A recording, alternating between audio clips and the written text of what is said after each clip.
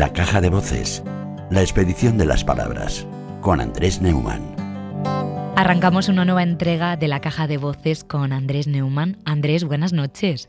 Muy buenas noches, Laura. Yo creo que esta noche está un poco dedicada a ti porque los oyentes nos están hablando y recomendando libros y no te vas a escapar. Me tienes que recomendar antes de nada un libro que estés leyendo o que te haya marcado en la vida. Bueno, la verdad es que sería difícil elegir solo uno, pero si pienso en las lecturas más recientes, quizá por lo original y sorprendente, me gustaría recomendar mucho Orbital, de Samantha Harvey, que es una escritora británica que estudió filosofía, pero que decidió un día analizar poéticamente el viaje de unos astronautas, de un equipo de astronautas que orbitaban alrededor de la Tierra, y cómo la perspectiva, literal y metafóricamente, cambia cuando estás por fuera de esa tierra donde tu identidad y tus afectos están arraigados. Orbital, de Samantha Harvey. Qué bueno, pues ahí va a esta biblioteca del Faro del Verano, y ahora sí, arrancamos con tu sección. ¿Qué palabra nos traes hoy en esa caja? Pues la verdad es que aquí estamos un poco, Laura, por tu culpa. Anda. Enganchados a la radio a cualquier hora del día o de la noche, y yo me declaro culpable de vivir obsesionado con las palabras, y todo por culpa de ellas. La palabra culpa me gusta mucho. Fíjate que suena fuerte, suena imperativa, pero yo estoy segura que le vas a sacar la belleza. Es verdad que el sonido de la palabra culpa se parece mucho al sonido de la palabra golpe. Eso. De hecho, en italiano algo de eso hay, ¿no? Cuando algo te conmueve, se dice "m'ha colpito molto". Entonces el golpe, la culpa y el impacto emocional están muy de la mano. Uh-huh. ¿Y la palabra definiciones? culpa, de hecho, pues sí, definiciones ha habido muchísimas a lo largo de los siglos. Si nos fijamos, ya que hablábamos del italiano, la palabra culpa proviene directa y literalmente del latín. Uh-huh. Y según mi amado diccionario de Corominas, uh-huh, el verbo culpar data del siglo XIII. O sea que llevamos culpándonos en castellano desde hace casi 800 años y lo que nos queda. Y curiosamente la palabra culpable tardó bastante más en usarse. Eso no sucedió pasar de la culpa al culpable hasta mediados del siglo XVI. Se ve que para las lenguas, igual que para sus hablantes, es más fácil culpar que sentirnos culpables. Y me preguntabas por las definiciones, Laura, de la culpa. El diccionario académico hoy define la culpa como imputación a alguien de una determinada acción como consecuencia de su conducta. Y la verdad es que suena bastante precisa, al menos en lo que se refiere a la culpa ajena. Sí, es correcto, pero ojo, incompleta. Porque, o como decíamos el otro día, cuidado. Porque en cambio la autocrítica no llega hasta la cuarta acepción, cuando dice culpa, 4, acción u omisión que provoca un sentimiento de responsabilidad por un daño causado. Pues te cuento algo muy interesante. Cuéntame. En la época en que María Moliner trabajó en su diccionario, el concepto de culpa que proponía la academia era distinto. Anda. Y aunque parezca raro, sonaba ligeramente exculpatorio. Decía así: A ver. Culpa, falta más o menos grave cometida a sabiendas y voluntariamente. Claro, bastaba no tener intención, ¿verdad? No haber querido supuestamente hacer lo que habías hecho para quedar impune. Uh-huh. Y María si no le dio cuenta, una vuelta, seguro. Ahí está. Sí. Doña María le dio una vuelta, y en sus definiciones personales y ejemplos de uso de la palabra culpa, rescató dos elementos éticos muy importantes: la conciencia personal y la relatividad de lo voluntario. Doña María escribió que la culpa puede hacernos responsables ante la justicia, ante los demás, o también, ojo, ante nuestra propia conciencia. Qué bueno. Es decir, sí, que podemos ser culpables, o al menos sentir culpa, aunque nadie nos esté acusando de nada. Eso ya es más profundo y también más sutil, ¿verdad? Sí, era lo que necesitaba la definición, porque además creo que qué virtud, ¿no? Reconocer nuestros propios defectos sin Así es, hacernos y mucho nuestros daño. Ahí está el punto, ¿no? Sí. Mantener el equilibrio, ecualizar, como se diría en la radio, la autocrítica con la supervivencia. Ujú. Eso en cuanto a la conciencia. Y en cuanto a la intención, un pretexto que nos encanta invocar, doña María Moliner escribe que en realidad la causa de la culpa puede ser no solo involuntaria, sino también inconsciente. Ah, bueno, O sea, claro. que a veces podemos tener la culpa de algo que no solo no teníamos intención de hacer, sino incluso que no sabíamos o no nos damos cuenta de que habíamos hecho. Claro, claro. Eso es muy inteligente, porque... Eso es muy inteligente y mucho trabajo también, ¿no? Sí. Mucho trabajo de introspección. Sí, y yo estaba pensando, Andrés, con determinados términos como la culpa, ¿cuánto influye en nuestra percepción y nuestra educación religiosa y católica en algunos casos?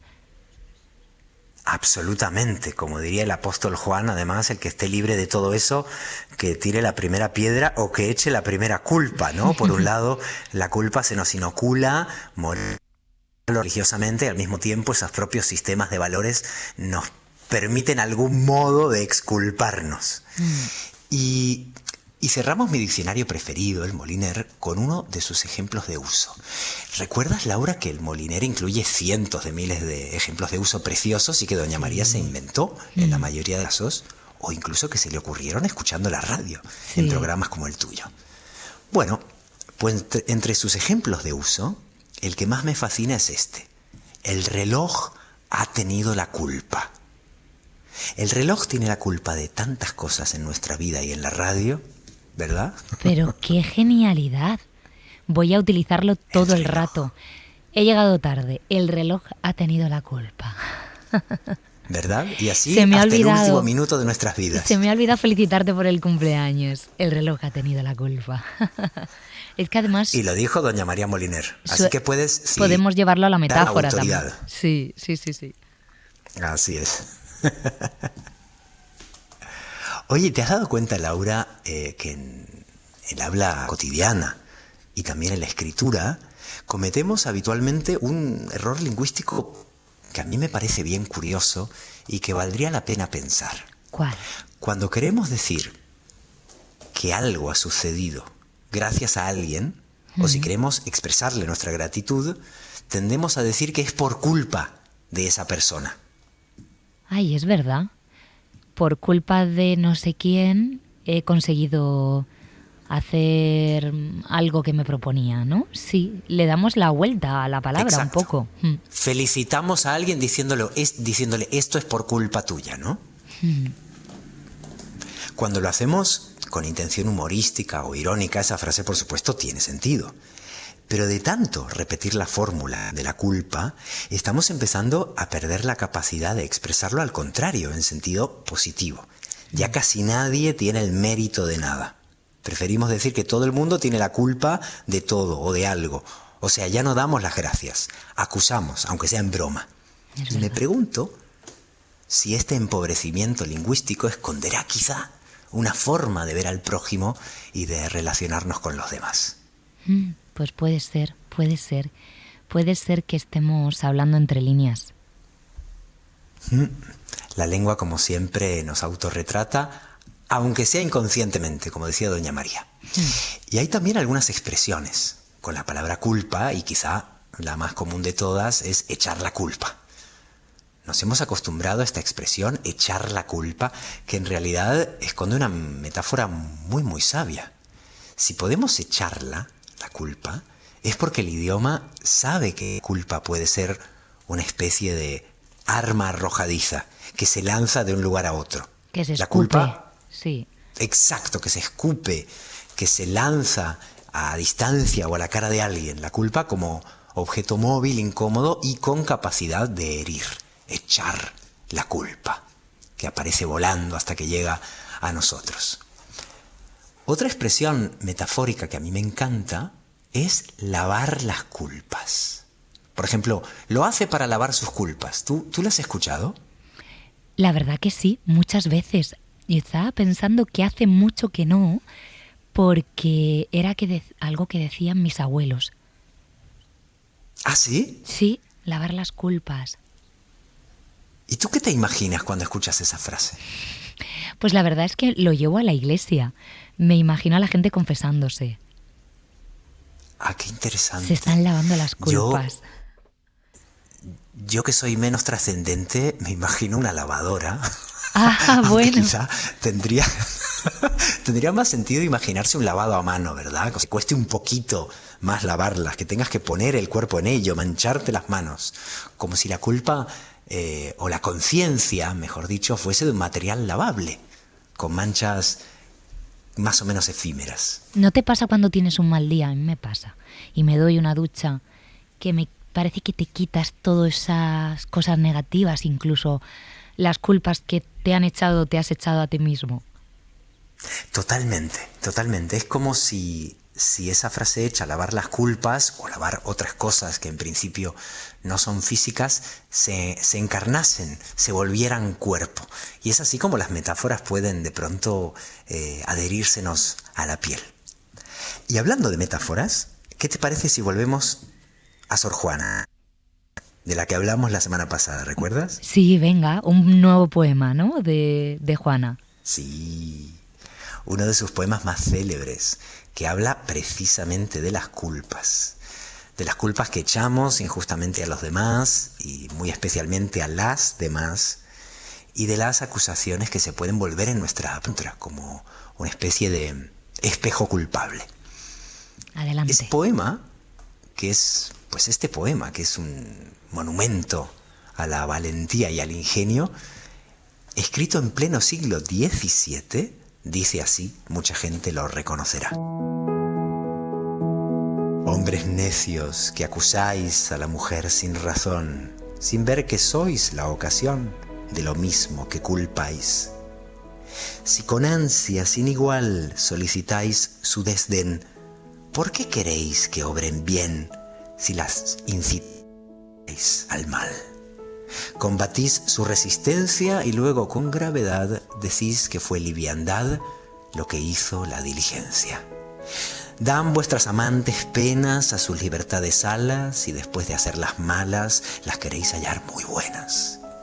¿Cuál mayor culpa ha tenido en una acción errada, la que cae de rogada o el que ruega de caído? ¿O cuál es más de culpar, aunque cualquiera mal haga, la que peca por la paga o el que paga por pecar? Pues, ¿para qué os espantáis de la culpa que tenéis?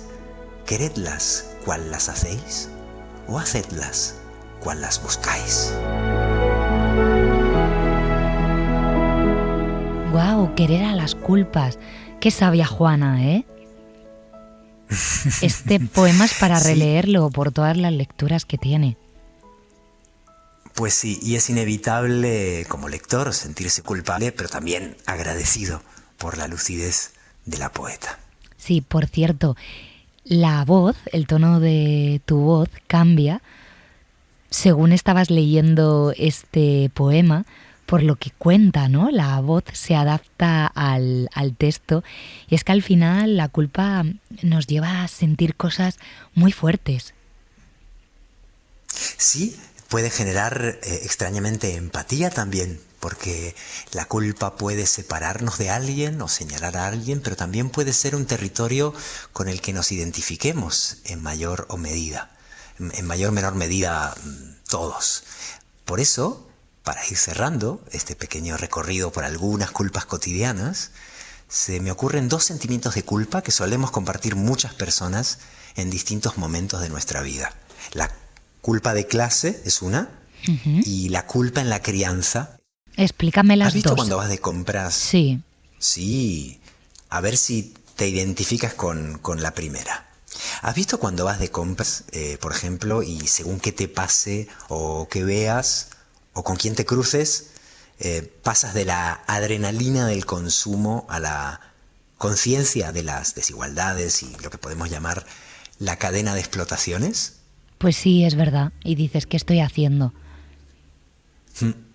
Esa es culpa de la típica clase. compra navideña y te encuentras con alguien sin hogar, por ejemplo, en la puerta de un centro comercial, o simplemente te pones a pensar cómo se ha producido ese artículo que estás comprando, y claro, es un pensamiento molesto que te perturba mucho y que a lo mejor tratas de desechar, pero se queda ahí, en algún lugar de tu cabeza.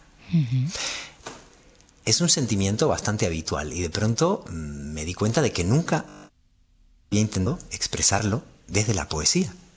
Así que un día me salió este pequeño poema que tenía ganas de compartir, que forma parte de un libro que se llama Vengo de ver. Todo tuyo el micro. Las latas ruedan, las ratas corren, cada producto tiene su garabato en clave, las huellas dactilares del mercado. Los carritos retienen el trajín, toda compra hace un viaje. El punto de partida es un agujero. Me alimento de vísceras del prójimo muy educadamente. Antropófago oblicuo. Los productos suspiran. ¿Qué demanda su oferta? Los cuerpos apilados hacen bulto. Soy la rata decente. Salgo sin despedirme. Qué chulada, Andrés. Y qué manera de mirar a la culpa. Tan diferente. ¿Y desde qué lugar nuevo? Fíjate que las palabras, según pasan por cabezas y por manos, como las tuyas, pues adquieren una luz distinta. Ojalá, en el mejor de los casos, si tenemos un poquito de suerte y de atención y de cuidado, puede suceder eso. Sobre todo si estás cerca de una criatura pequeña. Porque la última culpa que se me había ocurrido compartir con nuestra comunidad es la culpa por hacer o no hacer, por estar o no estar aquí o allá, que es muy habitual e inevitable en la crianza. Por ejemplo, cuando viajamos o nos ausentamos por trabajo. ¿Sabes que mi madre se dedicaba a la música? Y me mandaba cartas y dibujos cuando yo era pequeño y ella se iba de gira. Y ahora yo también viajo por trabajo. Y en esos momentos trato de cultivar la presencia de todas las maneras posibles. Y un día nos pusimos a dibujar banderas de distintos países con mi hijo y le pregunté a mi hijo, que era muy pequeño, de dónde era papá. Y él me contó que de casa, que papá era de casa. Bonito.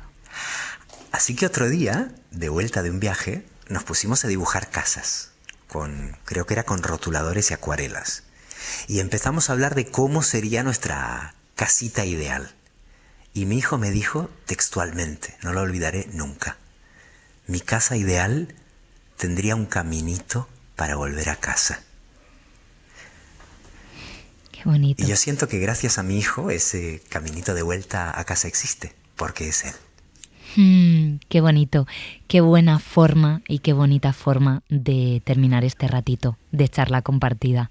Andrés, muchas gracias. Ay, querida Laura, disculpa si se nos ha hecho tarde, porque como decía doña María Moliner, el reloj ha tenido la culpa. Y te hago una confesión.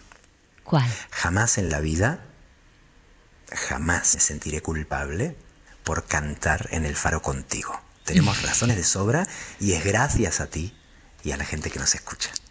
Qué culpa tan maravillosa. Muchas gracias, Andrés. Buenas noches. ¿La asumes? Sí, totalmente asumida. Vamos, encantada de hacerlo. Un abrazo, hasta la semana próxima. Un abrazo muy fuerte.